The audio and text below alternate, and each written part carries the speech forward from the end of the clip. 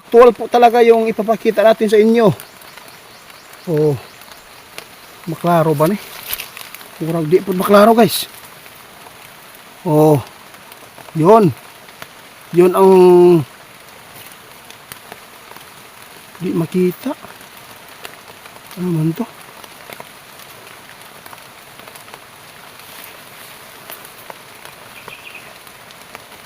Muna karon guys, i-update yun ako ni sa inyo para makita ninyo ang kalahating katawan ng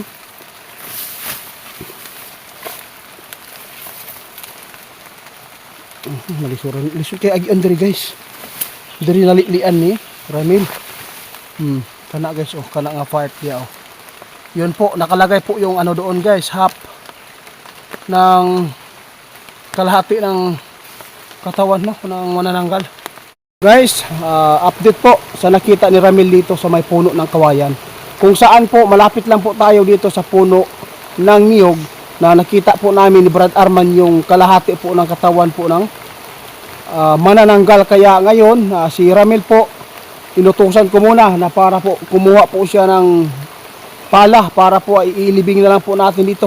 Naalala po ba ninyo guys noong nagsanib pwersa po kami dito kapag hahanap po sa mga aswang na nasagupa mo natin dahil po sa baboy na kinakain po nila at pinapatay. Nung pagpunta namin dito gabi, si Arma nakabuhos po ng aswang. Hindi namin inaasahan na ang nabuhusan pala niya ay mga kalahing manananggal. Kaya yon, yung katawan po, ang katawan po ng manananggal ay hindi po naidugtong kaagad. Kaya ito yung nangyari, nakita po natin doon sa taas ng niyog. Kaya dito guys, meron siguro nakapag-rescue sa kasamahan po niya na ilayo siya doon sa may puno para dito siguro madala. Nahirapan siguro sa pagdala po ng half na katawan po ng manananggal, kaya dito itinago sa may puno ng kawayan. Di po inasahan ni Ramil na makikita po niya siya mismo. Ngayon guys, sana po makabalik si Ramil. Ipapakita ko lang sa inyo guys kung saan po nakalagay po yung kalahating katawan ng manananggal. Kaya ngayon guys, let's go. Ipapakita ko lang sa inyo kung saan nakalagay. Dito sa kinakakatayuan po natin guys, ito, Dong, mag-video ka para ma-explain natin.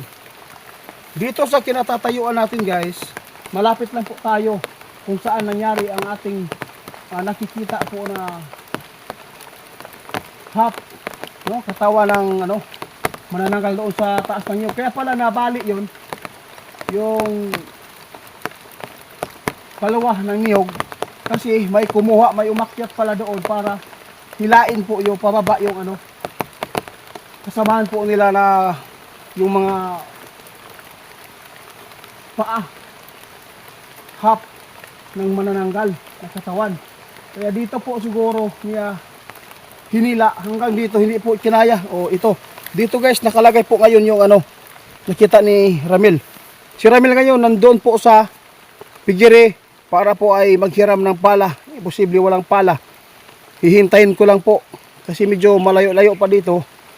Nandyan po ngayon ang kalahating katawan ng manananggal. Nandyan sa may puno guys, ipapakita ko po sa inyo. Wala na po palang buhay, kaya pala inurasyon na natin doon, wala pong umiimik. Kasi ang sabi po ng mga nakapanood ay manikin daw. Sabi po nila na ibalik po yung manikin.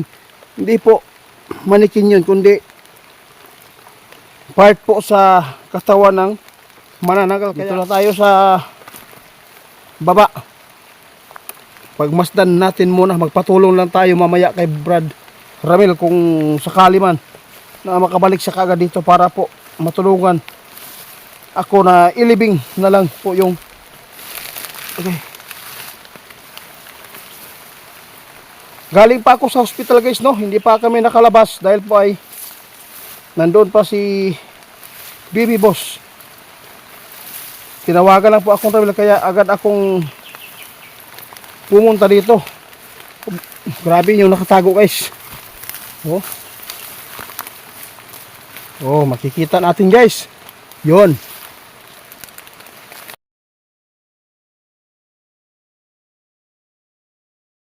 Actual po talaga yung ipapakita natin sa inyo. Oh, maklaro ba ni? Murag di po maklaro guys. Oh, yun. Yun ang di makita. Ano man to?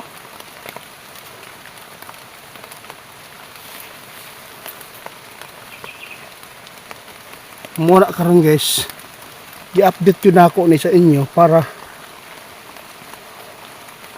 makita ninyo ang kalahating katawan ng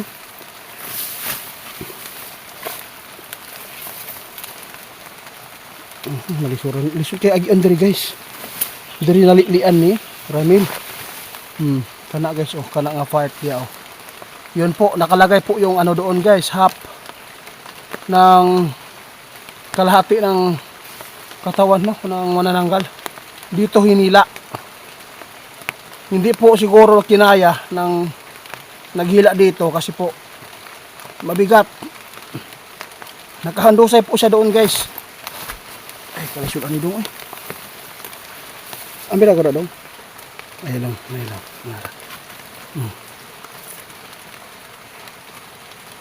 Yun guys. Hihintayin po natin si Ramil na makabalik dito para po mailibing na lang namin dito. Maghukay po kami para ilibing po yung part po ng katawan ng ano, manananggal. Kasi po nakakadiri na, medyo may amoy na. Yung ano niya, yung kalahati po niya, iwan ko lang kung saan po ngayon nakalagay kasi po kapag hindi na po maidugtong, namamatay po talaga yung manananggal. May ano pa, oh. I-ayos ko muna guys, ha. I-ano ko muna. I-off ko muna kasi hindi masyadong maklear yung ano. Video natin kasi naulanan yung screen natin. Oh, ayun na guys, gino-zoom ko na para makita po ninyo. Oh, yun. Oh, yun po yung part po ng katawan ng manananggal. Yung papunta sa talampakan yung naiwan po na katawan po ng manananggal. Ito na. Mahirap po magtagalog guys. Ako bisayaon ko na lang ni. Buo ni ang parte sa lawas sa manananggal guys. Ang nakita nato diri kanaiyahang mga paa antod sa hawak. Maputol yun, eh. Napuputol talaga yung manananggal guys kapag sila po ay mag-aanyo na.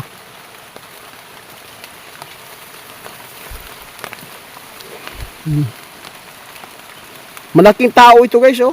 Sobrang laki yung paa.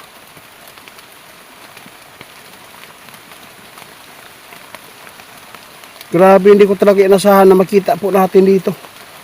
Kung hindi tayo nagtapol na magtamad po na maghanap, agad natin ito makikita at malalaman kung sino yung naghila dito. Posible po pag naglalakad, wala na pong buhay, eh.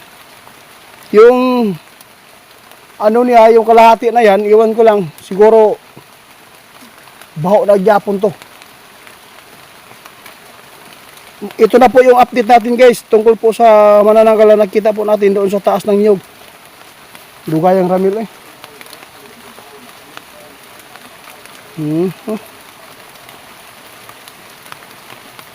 Medyo maulan guys. Pagsikapan na natin na i-rescue yan. Pamutla ko dito, pamutla dong ang dahon dong para makita na to dong. Para makita sa itong mga followers kung ang sagit ang kana. Kana. So, ayun guys. Mauna na siya guys. Kita na yun. Diyan pala sa yung katawan nila, pag naputol, yung maiiwan pala hanggang sa may sa hawak, yung lagayan po ng sinturon. Yun po.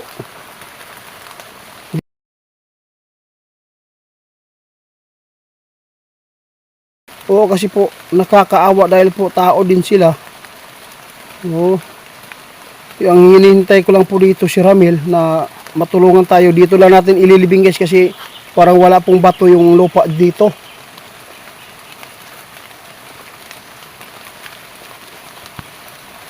Bro! Bro Ramil! Wala pa yun guys. Maghintay lang po tayo guys ha. Libutin ko muna guys yung palibot dito. Baka meron pang mga kasamaan po yung mga manananggal dito na natutulog dito sa mga damuhan. Kasi yun po talaga yung ginagawa po natin. Kami lang po talaga ang gumagawa po dito na maghanap po sa damuhan para makita kung meron bang naabutan ng araw na hindi na po nakapagbalik normal ng kanilang kalagayan kapag araw na. Kaya hihintay na natin po si Ramil na makabalik po dito kaagad para po mailibing na lang ito kasi medyo may mga langaw na doon sa baba.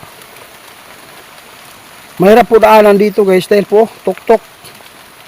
Walang makaano sa atin, makatulong magbuhat. Buhatin na lang natin ito, no? Ha? Guys, kung matagalan sa Ramil, kami na lang muna ni Dodong magbuhat dito, i-plaster. Paplaster lang po namin para po mas madali lang po paglibing. Ialis natin doon po. Ano lang natin, iakyat natin dito sa taas para dito na lang ilibing. Magpatulong lang tayo. Balang wala ano na lang po ay mag-video. Kasi mahirap po mag-video dito kasi dalawa lang kami ni Dodong. Ito na po talaga yung update natin guys. Maraming salamat po sa inyong suporta guys. Abangan po nyo ang eksplorasyon natin kapag nakalabas na po kami doon sa hospital. Para po tuloy-tuloy na po yung pagtutugis natin sa mga masamang elemento na nanggagambala po sa mga alaga po ng mga tao dito. Mauna ni ang update sa ato ang nakitaan dito sa taas sa lubi ng manananggal.